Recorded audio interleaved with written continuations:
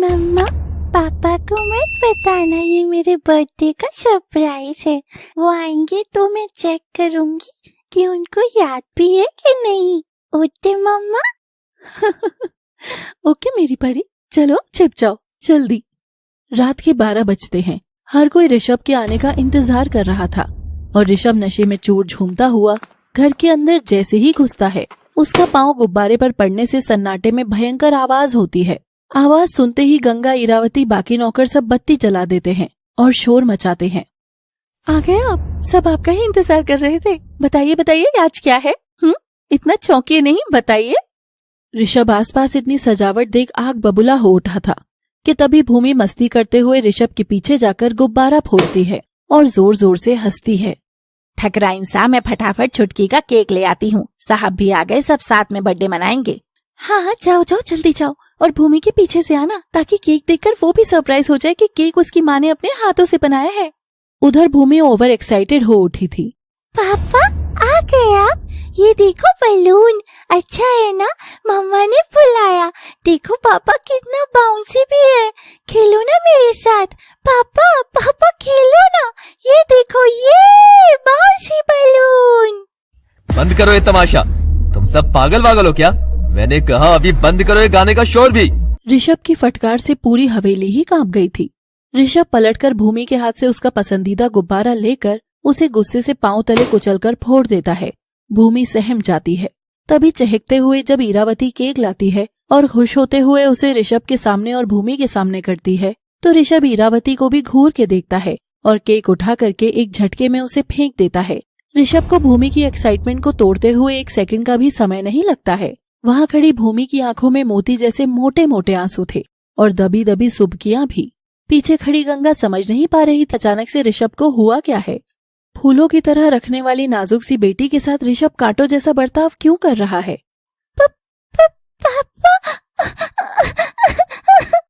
हर वक्त पापा पापा पापा की रट लगाए रखती हो। मुझे थकान नहीं होती क्या अपना काम करके?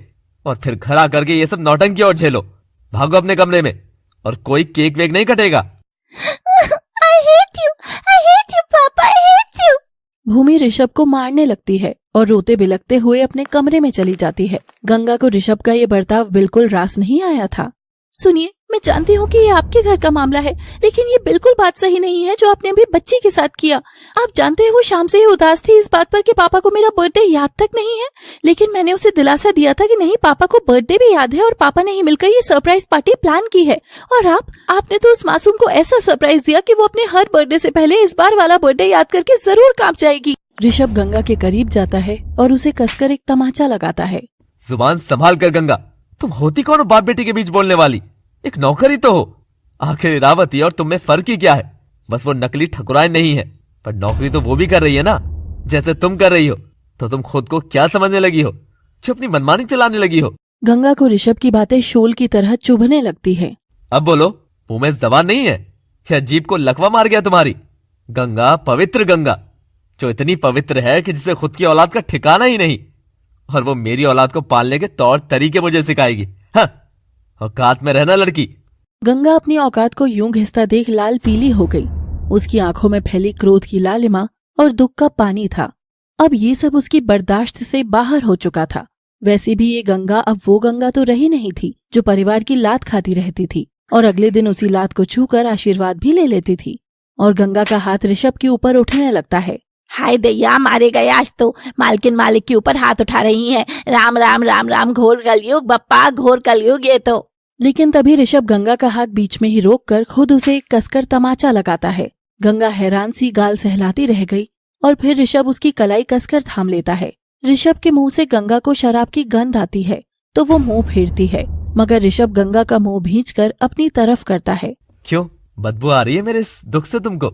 हाँ, बदबू आ रही है ना? आखिर क्या जानती हो तुम जो इतना हक जताती रहती हो हम सब पर?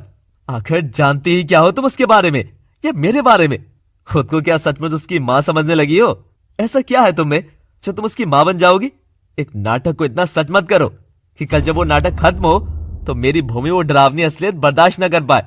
ये सब मैं उसी के लिए कर रहा हूँ। जानती हो क्यों फेंका मैंने वो मीठा केक? जानना चाहोगी? अरे रावती, तुमको तो याद होगा ना, तुम कैसे भूल गई आज का दिन? कैसे भूल गई? आप सब कैसे भूल गए आज का दिन? ऋषभ की नरम आवाज अचानक कड़क हो चली थी। इरावती के दिमाग की भी बत्ती जल उठती है और वो गंगा की ओर देखकर चुप होने का इशारा करती है, लेकिन गंगा ठहरी गंगा वो इशारा नहीं समझती है और ऋषभ को पूरी बात बताने को कहती है। आज 14 मार्च है, भूमि का जन्मदिन नहीं बल्कि मेरी नर्मदा की पुण्यतिथि। आज वो 2 साल पहले मुझे छोड़कर चली गई थी और जाते जाते इस तारीख से सारी खुशियां भी चुरा कर ले गई थी। जिस दिन मेरी पत्नी ने देह त्याग दिया था, आखिर उस दिन को मैं मुंह मीठा कैसे करूं? भूमि तो बच्ची है, तारीखों में नहीं उलझेगी।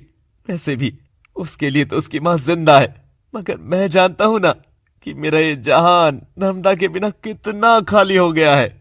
और ऋषभ रोता हुआ बिलखता हुआ लड़खड़ाता सा अपने कमरे की ओर बढ़ता हुआ आगे बढ़ता है। Happy death day to you dear wifey, happy death day to you. Rishabh अपने कमरे का दरवाजा खोल ही रहा था। गंगा अपना गाल सहलाते हुए सुबक्कर अभी हुए इस तमाशे को समझना चाह रही थी। गंगा इरावती के पास जाकर कहानी पता लगाने की इच्छा बताती है, मगर इरावती अपना सिर पीट लेती है। सत्यानाश जाए इस घड़ी का, 3री बार सेल बदलवाया है फिर बंद हो गया। ये कबाड़ी वाला भी दाम नई घड़ी के लेता है और देता है 3rd हैंड 4th हैंड। कल मैम साहब की पुण्यतिथि है, कितनी सारी तैयारी करनी है, पंडित को भी बुलाना है, सब मुझे ही करना है। छोटी मालकिन चलिए आप भी सो जाइए। इरावती, मैं जानती हूँ तुम जानबूझकर मुझे लखनऊ की जगह अमेरिका घुमा रही हो, जबकि मेरे सारे सवाल किसी अमेरिका लंदन में नहीं बल्कि इसी हवेली में है। तो मुझे बताओ आखिर ठकुराइन सा के साथ हुआ क्या था? मुझे तो लगा था कि या तो वो किसी लंबी छुट्टी पर गई है, तभी ठाकुर सा को बैकअप के लिए कोई चाहिए होगी, लेकिन आज मुझे मालूम हुआ कि मगर कैसे? वो मालकिन वो। ऋषभ उधर अपने कमरे का दरवाजा खोलता है तो उसे पंखे से लटकती 2 टांगे नजर आती हैं और जाकर उनसे लिपटकर बहुत रोता है। वो मैम साहब ने उन्होंने आत्महत्या करी थी, खुद को पंखे से लटका दिया था। गंगा ये सुनकर चौंक गई थी। आखिर इतनी जिंदा दिल औरत ने खुद को खत्म करने का रास्ता क्यों चुना होगा? ये सवाल गंगा के भीतर हथौड़े मार ही रहा था कि तभी उसे कमरे से ऋषभ के बिलखने की आवाज आती है। गंगा दौड़कर उस तरफ जाती है। ऋषभ देखता है कि पंखे से उसकी नर्मदा झूल रही है। उसके हाथ में एक चिट्ठी थी।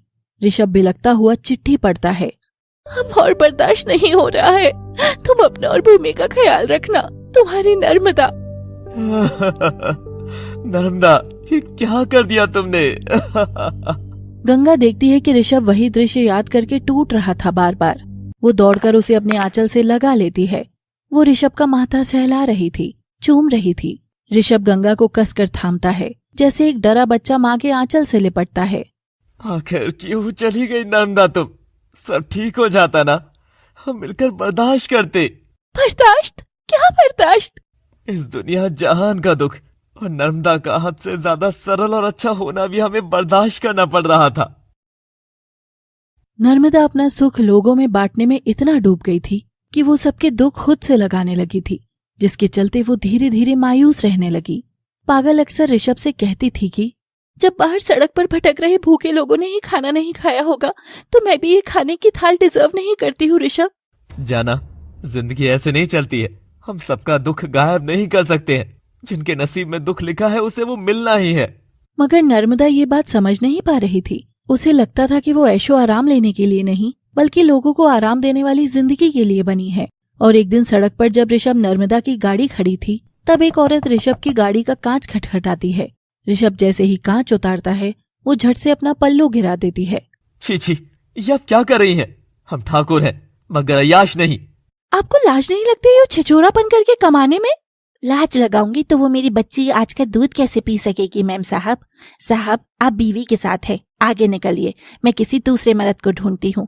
अगर आज कोई भी नहीं मिला तो मेरी बच्ची भूखी रह जाएगी। और मैम साहब, अपनी बेटी का पेट भरने के लिए अगर मेरा पल्लू सड़क पर गिरकर पैसा दे सकता है तो मैं ये करने से लजाऊंगी नहीं। ठीक है, तुम जाओ यहाँ से और ये रखो कुछ पैसे। क्या साहब, जिस्म बेचकर मेहनत का खाती हूँ, तुम मेरे खरीदार ही नहीं तो मैं पैसा किस बात का लूं? भीख नहीं चाहिए साहब, बेटी भूख सह सकती है मगर भीख की खुराक नहीं। नर्मदा खिड़की से झांककर सड़क किनारे बैठी उसकी रोती बेटी को देखती है, जो लगभग भूमि जितनी ही थी। वो हाथ देखकर माँ को बुला रही थी, लेकिन माँ अगर उसे सीने से लगाती तो पल्लू गिराकर जिस्म का सौदा कैसे करती। ऋषभ गाड़ी लेकर वहां से निकल तो जाता है, लेकिन नर्मदा की आंखों में वो सीन फिट हो गया था। उस रात घड़ी में 12 बजे थे। भूमि का बर्थडे था आज। जाना, मैं केक लेने जा रहा हूँ, तुम तब तक हमारी परी को उठाओ। ऋषभ तो चला जाता है और नर्मदा भूमि को सहलाने लगती है। वो भी तेरे जितनी ही थी। क्या तमाशा है किस्मत का, एक बच्चे को निवाला पूरा नहीं पड़ता है और एक के पास 56 पकवान तैयार है। मैं चाहकर भी समाज का दुख दूर नहीं कर सकती और ये दुख मैं देख भी नहीं सकूंगी। ये मुझे भीतर से खोखला कर रहा है ऋषभ। मेरी बच्ची, मेरी अगर यही हालत रही तो मैं तुम सब पर बोझ बन जाऊंगी। इस दर्द को खत्म करना होगा। नर्मदा उठकर दूसरे कमरे में जाती है और अपना साड़ी का फंदा बनाती है और बस लटक जाती है। ऋषभ लौटता है। हनी, मैं आ गया। ऐसा जबरदस्त केक लेकर आया हूँ कि बेटी तो क्या, माँ भी इम्प्रेस हो जाएगी आज। और ऋषभ जैसे ही दरवाजा खोलता है, सामने नर्मदा की झूलती टांगे थी। ऋषभ खुद फर्श पर था, पास में भूमि के जन्मदिन का केक था और सब वहीं खत्म हो गया। सचमुच नर्मदा का दुख तो खत्म हो गया था, लेकिन जो दुख वो ऋषभ और भूमि को दे गई थी, उसका क्या? गंगा की आंखों से बह चली थी गंगा धारा। वो हैरान थी नर्मदा का ऐसा कोमल मन देखकर। अब देखिए, क्या गंगा ऋषभ नजदीक आ रहे हैं? अगर हाँ, तो उस शिकारी का क्या हुआ? जानने के लिए देखते रहिए लव सिटी की ये कहानी लगातार। Please do like, share, comment and subscribe. Thanks for watching.